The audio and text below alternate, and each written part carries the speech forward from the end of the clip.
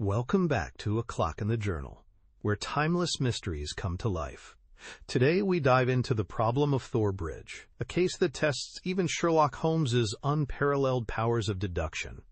Join us as Holmes unravels a web of deception, jealousy, and tragic consequence. Let the investigation begin. Somewhere in the vaults of the Bank of Cox & Co. at Charing Cross, there is a travel-worn and battered tin dispatch box with my name, John H. Watson, M.D., late Indian Army, painted upon the lid.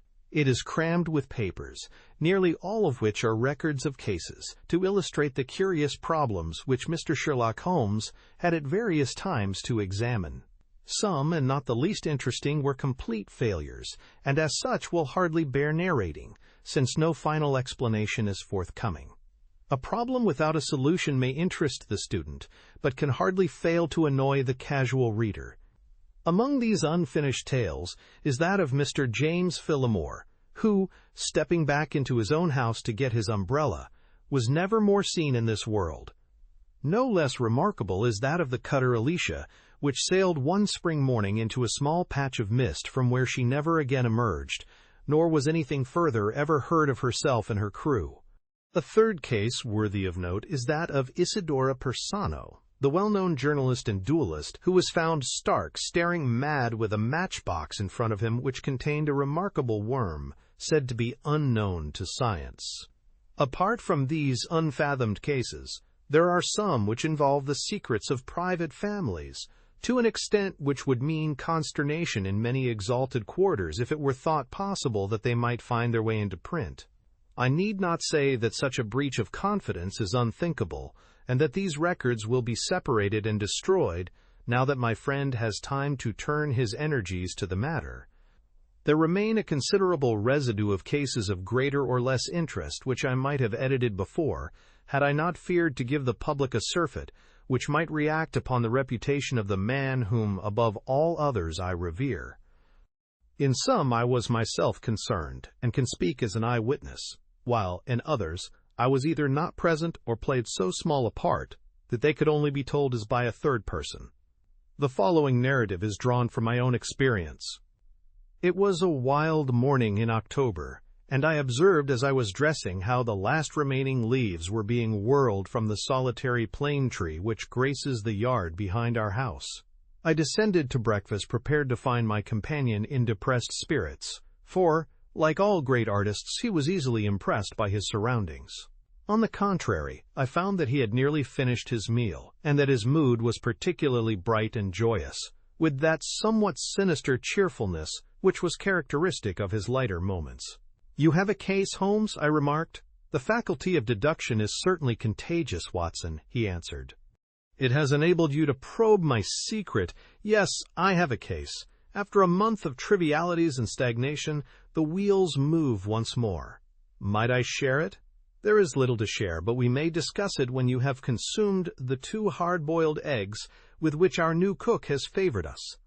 Their condition may not be unconnected with the copy of the Family Herald which I observed yesterday upon the hall table. Even so trivial a matter as cooking an egg demands an attention which is conscious of the passage of time, and incompatible with the love romance in that excellent periodical." A quarter of an hour later the table had been cleared, and we were face to face. He had drawn a letter from his pocket. "You have heard of Neil Gibson, the Gold King," he said. "You mean the American senator? Well, he was once senator for some western state, but is better known as the greatest gold-mining magnate in the world." "Yes, I know of him. He has surely lived in England for some time. His name is very familiar." "Yes, he bought a considerable estate in Hampshire some 5 years ago. Possibly you have already heard of the tragic end of his wife?" "Of course, I remember it now. That is why the name is familiar. But I really know nothing of the details." Holmes waved his hand towards some papers on a chair. "I had no idea that the case was coming my way, or I should have had my extracts ready," said he. "The fact is that the problem, though exceedingly sensational, appeared to present no difficulty. The interesting personality of the accused does not obscure the clearness of the evidence. That was the view taken by the coroner's jury and also in the police court proceedings. It is now referred to the assizes at Winchester. I fear it is a thankless business. I can discover facts, Watson, but I cannot change them. Unless some entirely new and unexpected ones come to light, I do not see what my client can hope for. Your client? I forgot I had not told you. I am getting into your involved habit, Watson, of telling a story backwards. You had best read this first, the letter which he handed to me, written in a bold, masterful hand, ran as follows. Claridge's Hotel, October 3rd. Dear Mr. Sherlock Holmes, I can't see the best woman God ever made go to her death without doing all that is possible to save her. I can't explain things. I can't even try to explain them, but I know beyond all doubt that Miss Dunbar is innocent. You know the facts. Who doesn't? It has been the gossip of the country, and never a voice raised for her.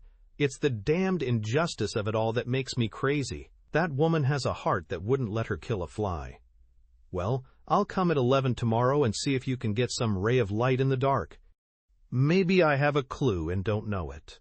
Anyhow, all I know, and all I have, and all I am, are for your use if only you can save her. If ever in your life you showed your powers, put them now into this case. Yours faithfully, J. Neil Gibson. There you have it, said Sherlock Holmes, knocking out the ashes of his after-breakfast pipe and slowly refilling it. That is the gentleman I await.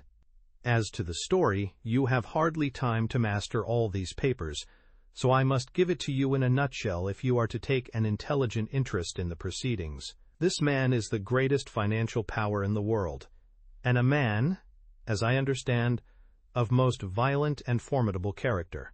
He married a wife, the victim of this tragedy, of whom I know nothing save that she was past her prime, which was the more unfortunate as a very attractive governess superintended the education of 2 young children. These are the 3 people concerned, and the scene is a grand old manor house, the center of an historical English estate. Then, as to the tragedy. The wife was found in the grounds nearly half a mile from the house, late at night, clad in her dinner dress, with a shawl over her shoulders and a revolver bullet through her brain. No weapon was found near her, and there was no local clue as to the murder. No weapon near her, Watson. Mark that. The crime seems to have been committed late in the evening, and the body was found by a gamekeeper about 11 o'clock, when it was examined by the police and by a doctor before being carried up to the house. Is this too condensed, or can you follow it clearly? It is all very clear, but why suspect the governess? Well, in the first place, there is some very direct evidence. A revolver with 1 discharged chamber and a caliber which corresponded with the bullet was found on the floor of her wardrobe. His eyes fixed, and he repeated in broken words, "On the floor of her wardrobe." Then he sank into silence, and I saw that some train of thought had been set moving which I should be foolish to interrupt. Suddenly, with a start, he emerged into brisk life once more. Yes, Watson, it was found. Pretty damning, E.H.? So the 2 juries thought. Then the dead woman had a note upon her making an appointment at that very place and signed by the governess. How's that? Finally, there is the motive. Senator Gibson is an attractive person. If his wife dies, who more likely to succeed her than the young lady who had already, by all accounts, received pressing attentions from her employer? Love, fortune, power, all depending upon one middle-aged life. Ugly, Watson. Very ugly. Yes, indeed, Holmes. Nor could she prove an alibi. On the contrary, she had to admit that she was down near Thor Bridge. That was the scene of the tragedy, about that hour. She couldn't deny it, for some passing villager had seen her there. That really seems final. And yet, Watson, this bridge, a single broad span of stone with balustraded sides, carries the drive over the narrowest part of a long, deep, reed-girt sheet of water. Thor Mere it is called. In the mouth of the bridge lay the dead woman. Such are the main facts. But here, if I mistake not, is our client, considerably before his time. Billy had opened the door, but the name which he announced was an unexpected one. Mr. Marlowe Bates was a stranger to both of us. He was a thin, nervous wisp of a man with frightened eyes and a twitching, hesitating manner. A man whom my own professional eye would judge to be on the brink of an absolute nervous breakdown. "You seem agitated, Mr. Bates," said Holmes. "Pray sit down. I fear I can only give you a short time, for I have an appointment at 11. "I know you have," our visitor gasped, shooting out short sentences like a man who is out of breath. "Mr. Gibson is coming. Mr. Gibson is my employer. I am manager of his estate. Mr. Holmes, he is a villain, an infernal villain." Strong language, Mr. Bates. "I have to be emphatic, Mr. Holmes, for the time is so limited. I would not have him find me here for the world. He is almost due now, but I was so situated that I could not come earlier. His secretary, Mr. Ferguson, only told me this morning of his appointment with you." "And you are his manager?" "I have given him notice. In a couple of weeks I shall have shaken off his accursed slavery. A hard man, Mr. Holmes, hard to all about him. Those public charities are a screen to cover his private iniquities. But his wife was his chief victim. He was brutal to her. Yes, sir, brutal. How she came by her death I do not know, but I am sure that he had made her life a misery to her.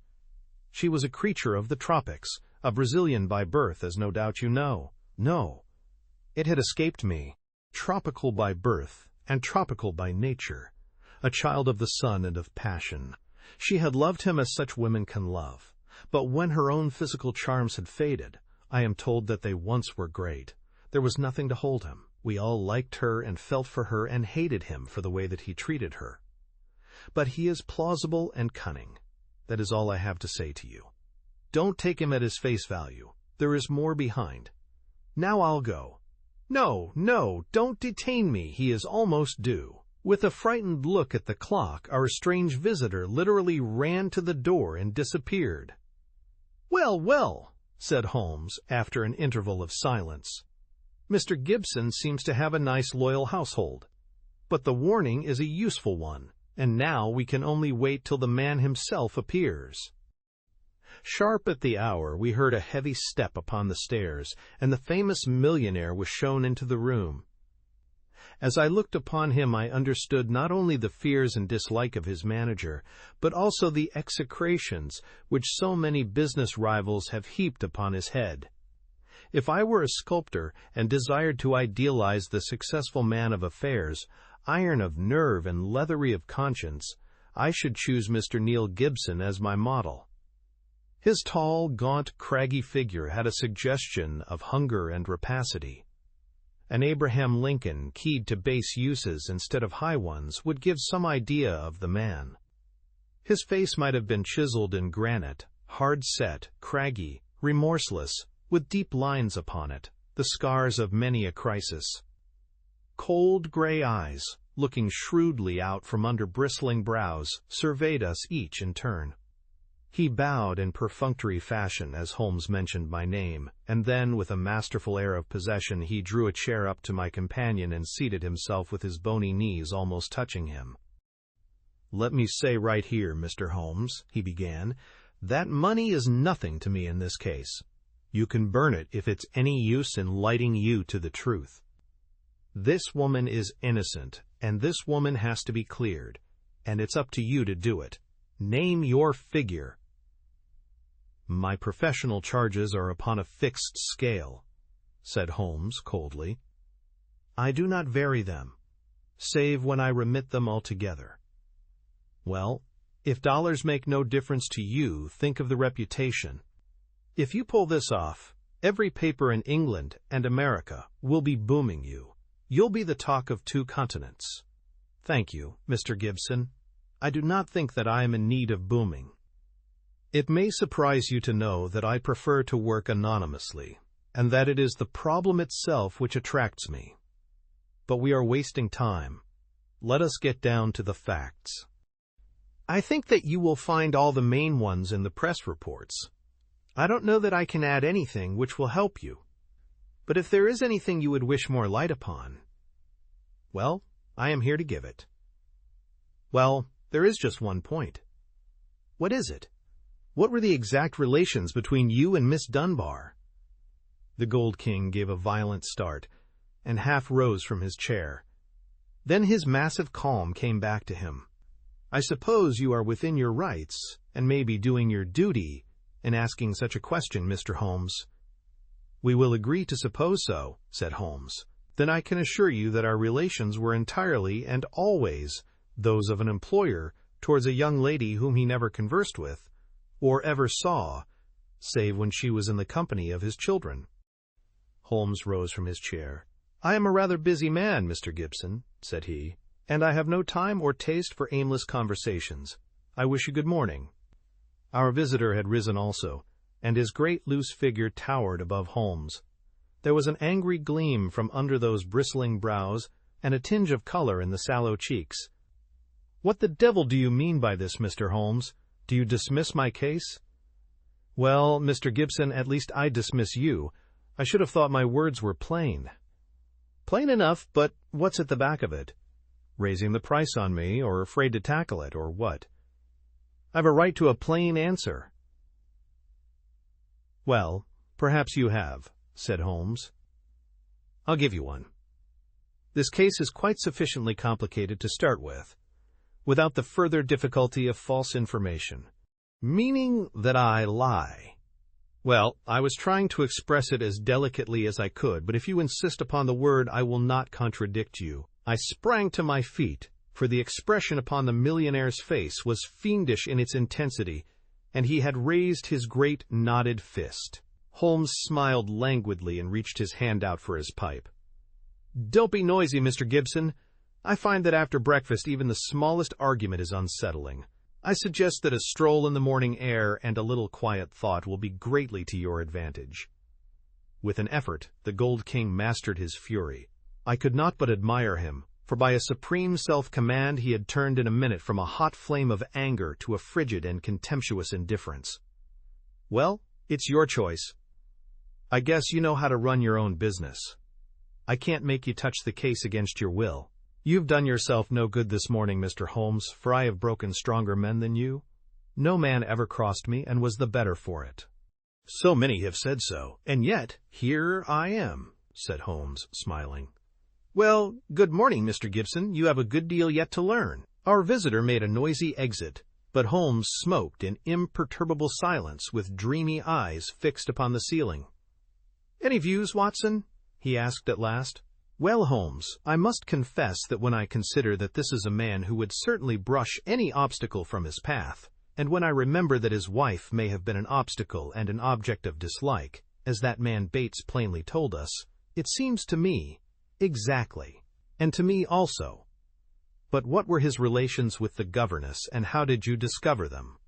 "Bluff, Watson, bluff." When I considered the passionate, unconventional, unbusinesslike tone of his letter, and contrasted it with his self-contained manner and appearance, it was pretty clear that there was some deep emotion which centered upon the accused woman rather than upon the victim. We've got to understand the exact relations of those three people, if we're to reach the truth.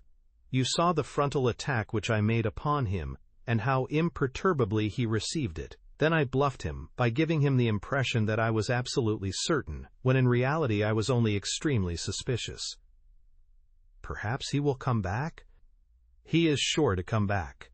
He must come back. He can't leave it where it is. Ha! Isn't that a ring? Yes, there is his footstep. Well, Mr. Gibson, I was just saying to Dr. Watson that you were somewhat overdue. The Gold King had re-entered the room in a more chastened mood than he had left it. His wounded pride still showed in his resentful eyes, but his common sense had shown him that he must yield if he would attain his end. "I've been thinking it over, Mr. Holmes, and I feel that I have been hasty in taking your remarks amiss. You are justified in getting down to the facts, whatever they may be, and I think the more of you for it. I can assure you, however, that the relations between Miss Dunbar and me don't really touch this case. That is for me to decide, is it not?" "Yes, I guess that is so. You're like a surgeon who wants every symptom before he can give his diagnosis." "Exactly. That expresses it. And it is only a patient who has an object in deceiving his surgeon who would conceal the facts of his case." "That may be so, but you will admit, Mr. Holmes, that most men would shy off a bit when they are asked point-blank what their relations with a woman may be, if there is really some serious feeling in the case. I guess most men have a little private reserve of their own in some corner of their souls where they don't welcome intruders. And you burst suddenly into it, but the object excuses you since it was to try and save her.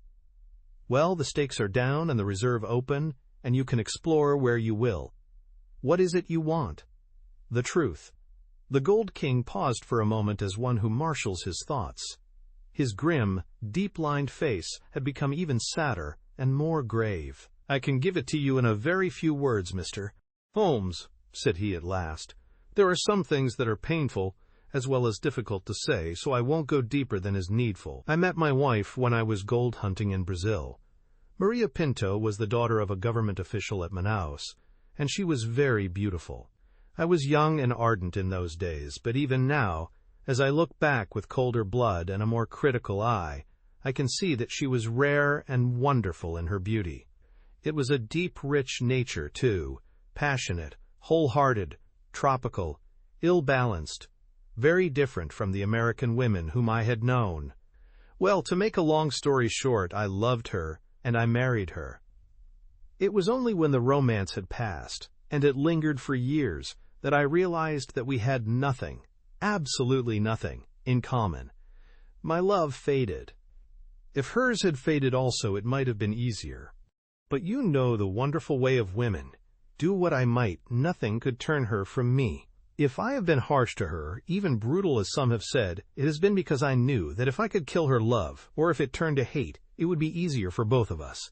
But nothing changed her. She adored me in those English woods, as she had adored me 20 years ago on the banks of the Amazon. Do what I might, she was as devoted as ever. Then came Miss Grace Dunbar. She answered our advertisement and became governess to our 2 children. Perhaps you have seen her portrait in the papers. The whole world has proclaimed that she also is a very beautiful woman. Now, I make no pretense to be more moral than my neighbors, and I will admit to you that I could not live under the same roof with such a woman and in daily contact with her without feeling a passionate regard for her. Do you blame me, Mr. Holmes? I do not blame you for feeling it. I should blame you if you expressed it, since this young lady was in a sense under your protection. Well, maybe so, said the millionaire, though for a moment the reproof had brought the old angry gleam into his eyes. I'm not pretending to be any better than I am. I guess all my life I've been a man that reached out his hand for what he wanted, and I never wanted anything more than the love and possession of that woman. I told her so. Oh, you did you? Holmes could look very formidable when he was moved. I said to her that if I could marry her I would, but that it was out of my power. I said that money was no object, and that all I could do to make her happy and comfortable would be done. Very generous, I am sure, said Holmes with a sneer. See here, Mr. Holmes. I came to you on a question of evidence, not on a question of morals. I'm not asking for your criticism. It is only for the young lady's sake that I touch your case at all, said Holmes sternly. I don't know that anything she is accused of is really worse than what you have yourself admitted, that you have tried to ruin a defenseless girl who was under your roof. Some of you rich men have to be taught that all the world cannot be bribed into condoning your offenses. To my surprise, the Gold King took the reproof with equanimity. That's how I feel myself about it now. I thank God that my plans did not work out as I intended. She would have none of it, and she wanted to leave the house instantly. Why did she not? Well, in the first place, others were dependent upon her, and it was no light matter for her to let them all down by sacrificing her living. When I had sworn, as I did, that she should never be molested again, she consented to remain. But there was another reason. She knew the influence she had over me, and that it was stronger than any other influence in the world. She wanted to use it for good. How? Well, she knew something of my affairs. They are large, Mr. Holmes, large beyond the belief of an ordinary man. I can make or break, and it is usually break. It wasn't individuals only. It was communities, cities, even nations. Business is a hard game, and the weak go to the wall. I played the game for all it was worth. I never squealed myself, and I never cared if the other fellow squealed. But she saw it different. I guess she was right. She believed and said that a fortune for one man that was more than he needed should not be built on 10,000 ruined men who were left without the means of life. That was how she saw it, and I guess she could see past the dollars to something that was more lasting. She found that I listened to what she said, and she believed she was serving the world by influencing my actions, so she stayed, and then this came along. Can you throw any light upon that? The Gold King paused for a minute or more, his head sunk in his hands, lost in deep thought. It's very black against her. I can't deny that. And women lead an inward life, and may do things beyond the judgment of a man. At first I was so rattled and taken aback that I was ready to think she had been led away in some extraordinary fashion that was clean against her usual nature. One explanation came into my head. I give it to you, Mr. Holmes, for what it is worth. There is no doubt that my wife was bitterly jealous. There is a soul jealousy that can be as frantic as any body jealousy. And though my wife had no cause, and I think she understood this, for the latter, she was aware that this English girl exerted an influence upon my mind and my acts that she herself never had. It was an influence for good, but that did not mend the matter. She was crazy with hatred, and the heat of the Amazon was always in her blood. She might have planned to murder Miss Dunbar, or we will say to threaten her with a gun and so frighten her into leaving us. Then there might have been a scuffle and the gun gone off and shot the woman who held it. That possibility had already occurred to me, said Holmes. Indeed, it is the only obvious alternative to deliberate murder. But she utterly denies it. Well, that is not final, is it? One can understand that a woman placed in so awful a position might hurry home still in her bewilderment, holding the revolver. She might even throw it down among her clothes, hardly knowing what she was doing, and when it was found she might try to lie her way out by a total denial, since all explanation was impossible. What is against such a supposition? Miss Dunbar herself. Well, perhaps. Holmes looked at his watch. I have no doubt we can get the necessary permits this morning and reach Winchester by the evening train. When I have seen this young lady, it is very possible that I may be of more use to you in the matter, though I cannot promise that my conclusions will necessarily be such as you desire. There was some delay in the official pass, and instead of reaching Winchester that day, we went down to Thor Place, the Hampshire estate of Mr. Neil Gibson. He did not accompany us himself, but we had the address of Sergeant Coventry, of the local police, who had first examined into the affair. He was a tall, thin, cadaverous man, with a secretive and mysterious manner, which conveyed the idea that he knew or suspected a very great deal more than he dared say. He had a trick, too, of suddenly sinking his voice to a whisper as if he had come upon something of vital importance, though the information was usually commonplace enough. Behind these tricks of manner he soon showed himself to be a decent, honest fellow who was not too proud to admit that he was out of his depth and would welcome any help. Anyhow, I'd rather have you than Scotland Yard, Mr. Holmes, said he. If the Yard gets called into a case, then the local loses all credit for success and may be blamed for failure. Now you play straight, so I've heard. I need not appear in the matter at all, said Holmes, to the evident relief of our melancholy acquaintance. If I can clear it up, I don't ask to have my name mentioned. Well, it's very handsome of you, I am sure, and your friend, Dr. Watson, can be trusted, I know. Now, Mr. Holmes, as we walk down to the place, there is one question I should like to ask you. I'd breathe it to no soul but you. He looked round as though he hardly dare utter the words. Don't you think there might be a case against Mr. Neil Gibson himself? I have been considering that. You've not seen Miss Dunbar. She is a wonderful fine woman in every way. He may well have wished his wife out of the road. And these Americans are readier with pistols than our folk are. It was his pistol, you know. Was that clearly made out? Yes, sir. It was one of a pair that he had. One of a pair? Where is the other? Well, the gentleman has a lot of firearms of one sort and another. We never quite matched that particular pistol, but the box was made for two. If it was one of a pair, you should surely be able to match it. Well, we have them all laid out at the house if you would care to look them over. Later, perhaps. I think we will walk down together and have a look at the scene of the tragedy. This conversation had taken place in the little front room of Sergeant Coventry's humble cottage, which served as the local police station.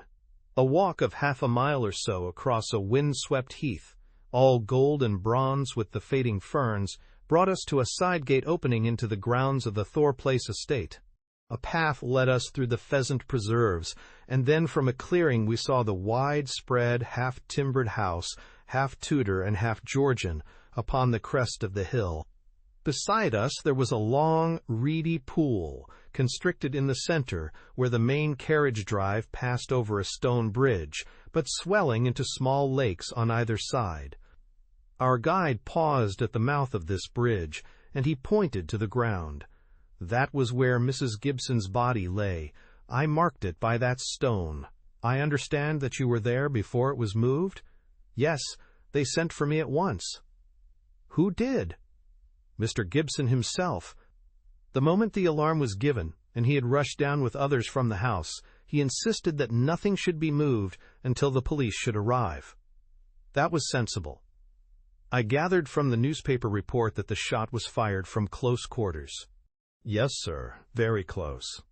Near the right temple? Just behind it, sir. How did the body lie? On the back, sir.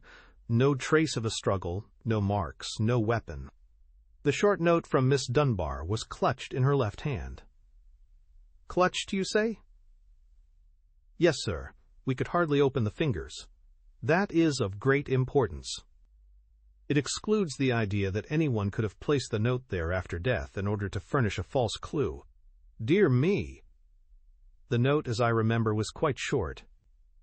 I will be at Thor Bridge at 9 o'clock. G. Dunbar. Was that not so? Yes, sir. Did Miss Dunbar admit writing it? Yes, sir. What was her explanation? Her defense was reserved for the assizes. She would say nothing. The problem is certainly a very interesting one. The point of the letter is very obscure, is it not? Well, sir, said the guide, it seemed, if I may be so bold as to say so, the only really clear point in the whole case. Holmes shook his head. Granting that the letter is genuine and was really written, it was certainly received some time before, say, 1 hour or two. Why, then, was this lady still clasping it in her left hand? Why should she carry it so carefully? She did not need to refer to it in the interview. Does it not seem remarkable? Well, sir, as you put it, perhaps it does. I think I should like to sit quietly for a few minutes and think it out. He seated himself upon the stone ledge of the bridge, and I could see his quick gray eyes darting their questioning glances in every direction. Suddenly he sprang up again and ran across to the opposite parapet, whipped his lens from his pocket, and began to examine the stonework. This is curious, said he. Yes, sir, we saw the chip on the ledge. I expect it's been done by some passer-by. The stonework was gray, but at this one point it showed white for a space not larger than a sixpence. When examined closely, one could see that the surface was chipped as by a sharp blow. It took some violence to do that, said Holmes thoughtfully. With his cane he struck the ledge several times without leaving a mark. Yes, it was a hard knock, in a curious place too. It was not from above, but from below, for you see that it is on the lower edge of the parapet. But it is at least 15 feet from the body. Yes, it is 15 feet from the body. It may have nothing to do with the matter, but it is a point worth noting. I do not think that we have anything more to learn here. There were no footsteps, you say? The ground was iron hard, sir. There were no traces at all. Then we can go. We will go up to the house first and look over these weapons of which you speak. Then we shall get on to Winchester, for I should desire to see Miss Dunbar before we go farther. Mr. Neil Gibson had not returned from town, but we saw in the house the neurotic Mr. Bates who had called upon us in the morning. He showed us with a sinister relish the formidable array of firearms of various shapes and sizes which his employer had accumulated in the course of an adventurous life. "Mr. Gibson has his enemies, as anyone would expect who knew him and his methods," said he.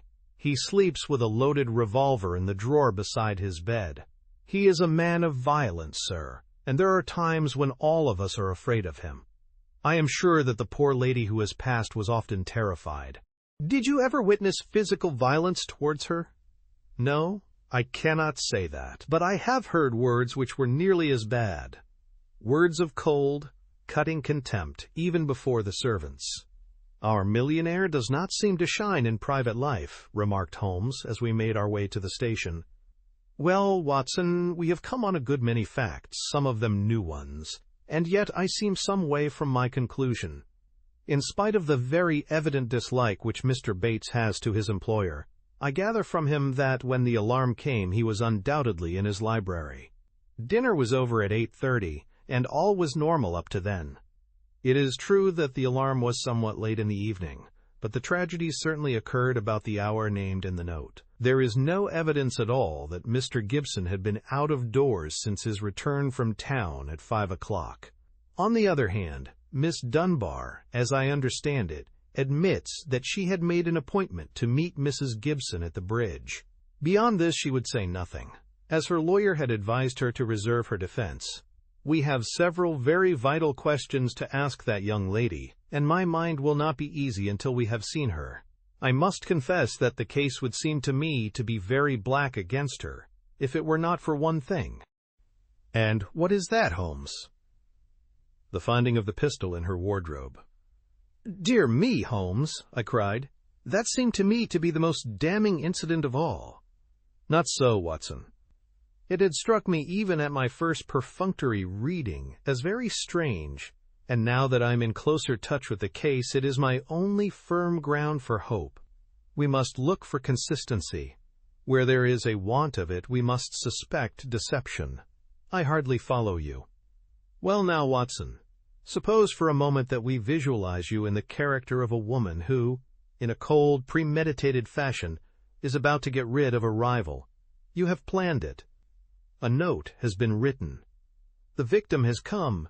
You have your weapon. The crime is done. It has been workmanlike and complete.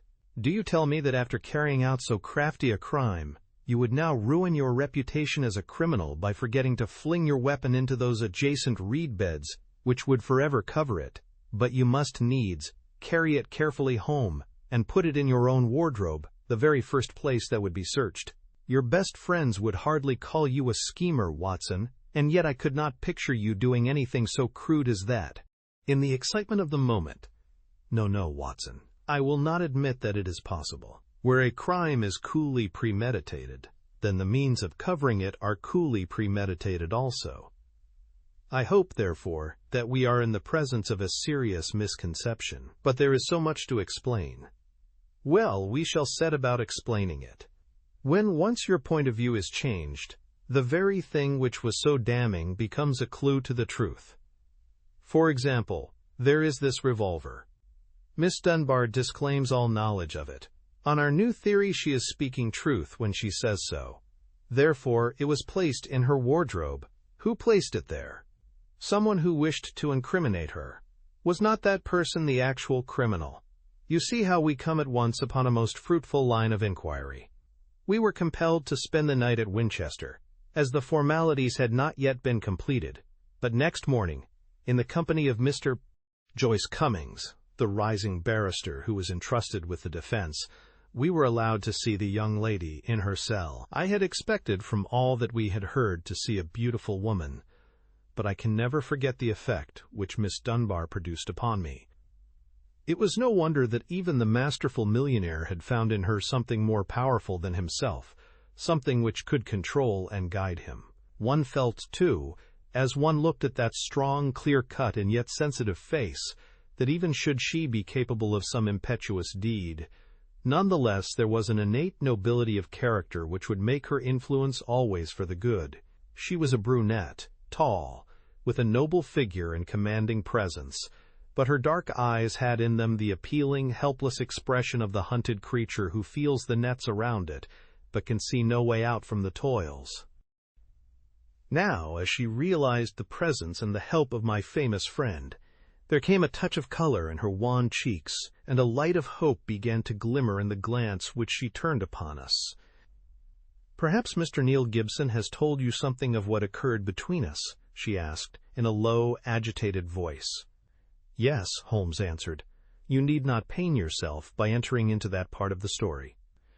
After seeing you, I am prepared to accept Mr. Gibson's statement, both as to the influence which you had over him, and as to the innocence of your relations with him. But why was the whole situation not brought out in court? It seemed to me incredible that such a charge could be sustained.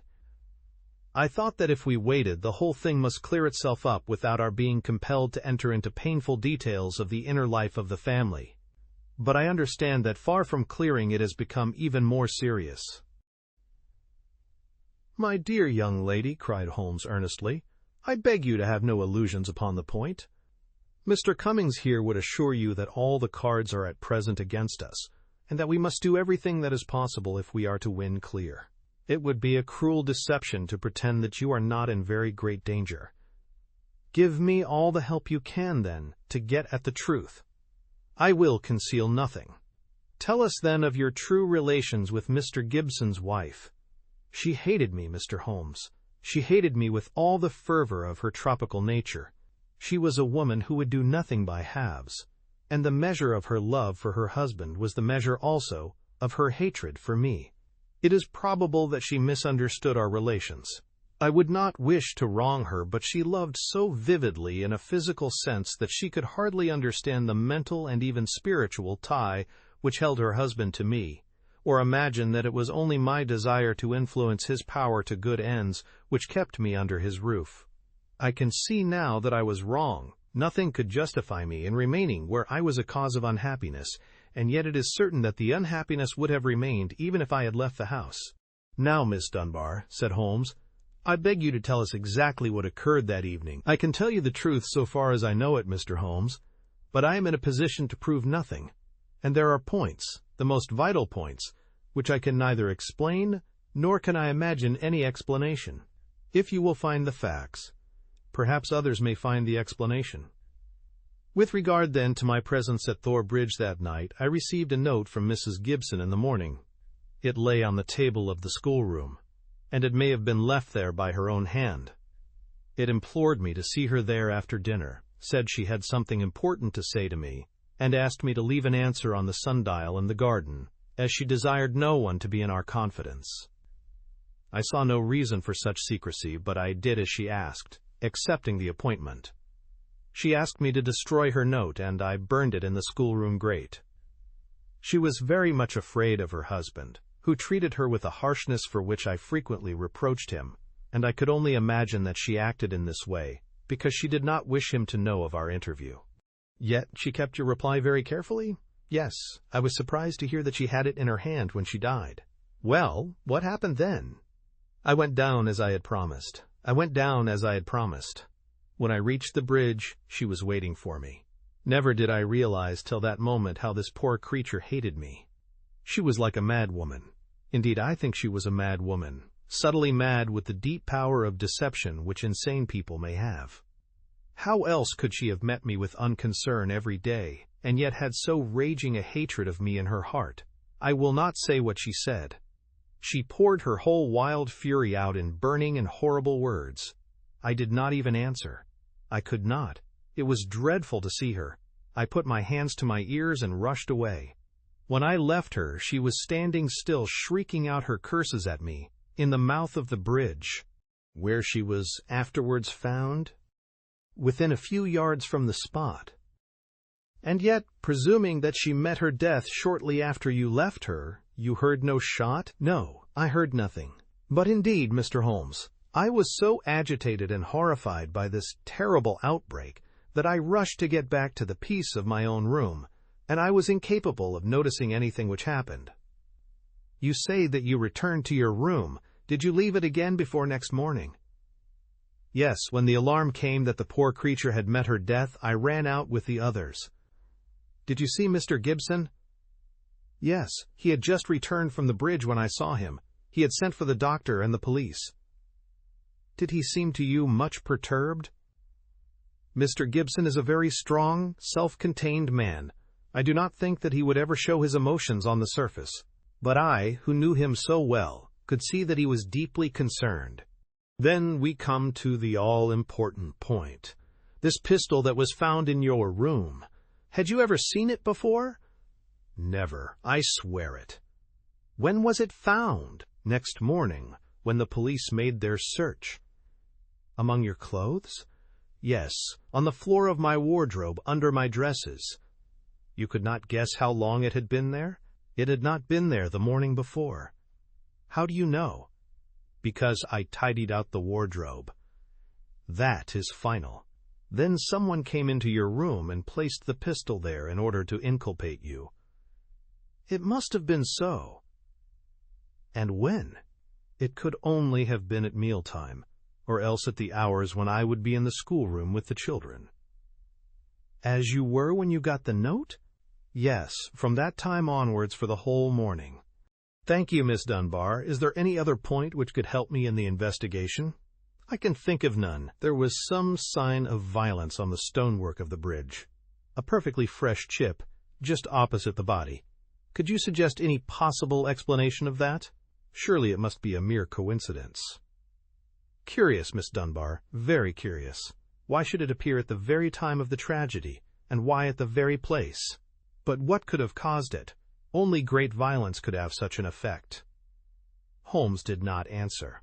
His pale, eager face had suddenly assumed that tense, far-away expression which I had learned to associate with the supreme manifestations of his genius. So evident was the crisis in his mind that none of us dared to speak, and we sat, barrister, prisoner, and myself, watching him in a concentrated and absorbed silence. Suddenly he sprang from his chair, vibrating with nervous energy and the pressing need for action. "Come, Watson, come," he cried. "What is it, Mr. Holmes?" "Never mind, my dear lady. You will hear from me, Mr. Cummings. With the help of the God of justice, I will give you a case which will make England ring. You will get news by tomorrow, Miss Dunbar, and meanwhile take my assurance that the clouds are lifting, and that I have every hope that the light of truth is breaking through. It was not a long journey from Winchester to Thor Place, but it was long to me in my impatience, while for Holmes it was evident that it seemed endless, for in his nervous restlessness he could not sit still, but paced the carriage or drummed with his long, sensitive fingers upon the cushions beside him. Suddenly, however, as we neared our destination, he seated himself opposite to me.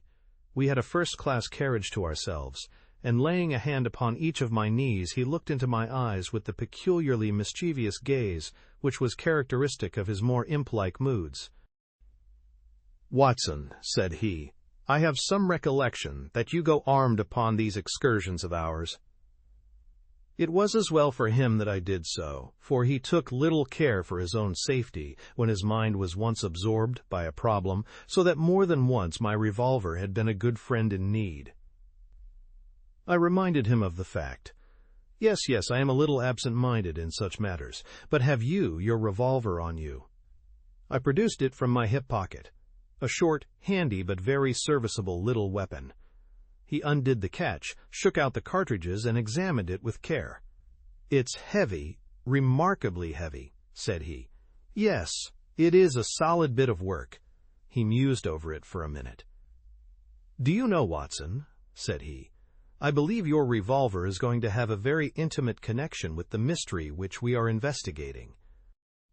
"My dear Holmes, you are joking." "No, Watson, I am very serious. There is a test before us. If the test comes off, all will be clear. And the test will depend upon the conduct of this little weapon. One cartridge out. Now we will replace the other 5 and put on the safety catch. So, that increases the weight and makes it a better reproduction." I had no glimmer of what was in his mind, nor did he enlighten me, but sat lost in thought until we pulled up in the little Hampshire station. We secured a ramshackle trap, and in a quarter of an hour were at the house of our confidential friend, the sergeant. "A clue, Mr. Holmes. What is it?" "It all depends upon the behavior of Dr. Watson's revolver," said my friend. "Here it is. Now, officer, can you give me 10 yards of string?" The village shop provided a ball of stout twine. "I think that this is all we will need," said Holmes. "Now, if you please, we will get off on what I hope is the last stage of our journey." The sun was setting and turning the rolling Hampshire moor into a wonderful autumnal panorama. The sergeant, with many critical and incredulous glances which showed his deep doubts of the sanity of my companion, lurched along beside us. As we approached the scene of the crime, I could see that my friend, under all his habitual coolness, was in truth deeply agitated. "Yes," he said in answer to my remark, "you have seen me miss my mark before, Watson. I have an instinct for such things, and yet it has sometimes played me false. It seemed a certainty when first it flashed across my mind in the cell at Winchester, but one drawback of an active mind is that one can always conceive alternative explanations which would make our scent a false one. And yet, well, Watson, we can but try." As he walked, he had firmly tied one end of the string to the handle of the revolver. We had now reached the scene of the tragedy. With great care, he marked out under the guidance of the policeman the exact spot where the body had been stretched. He then hunted among the heather and the ferns until he found a considerable stone. This he secured to the other end of his line of string, and he hung it over the parapet of the bridge so that it swung clear above the water. He then stood on the fatal spot, some distance from the edge of the bridge, with my revolver in his hand, the string being taut between the weapon and the heavy stone on the farther side. "Now for it," he cried. At the words he raised the pistol to his head, and then let go his grip. In an instant it had been whisked away by the weight of the stone, had struck with a sharp crack against the parapet, and had vanished over the side into the water. It had hardly gone before Holmes was kneeling beside the stonework, and a joyous cry showed that he had found what he expected. "Was there ever a more exact demonstration?" he cried. "See, Watson, your revolver has solved the problem." As he spoke, he pointed to a second chip of the exact size and shape of the first, which had appeared on the under edge of the stone balustrade. "We'll stay at the inn tonight," he continued as he rose and faced the astonished sergeant. "You will, of course, get a grappling hook, and you will easily restore my friend's revolver. You will also find beside it the revolver, string, and weight with which this vindictive woman attempted to disguise her own crime, and to fasten a charge of murder upon an innocent victim. You can let Mr. Gibson know that I will see him in the morning, when steps can be taken for Miss Dunbar's vindication." Late that evening, as we sat together smoking our pipes in the village inn, Holmes gave me a brief review of what had passed.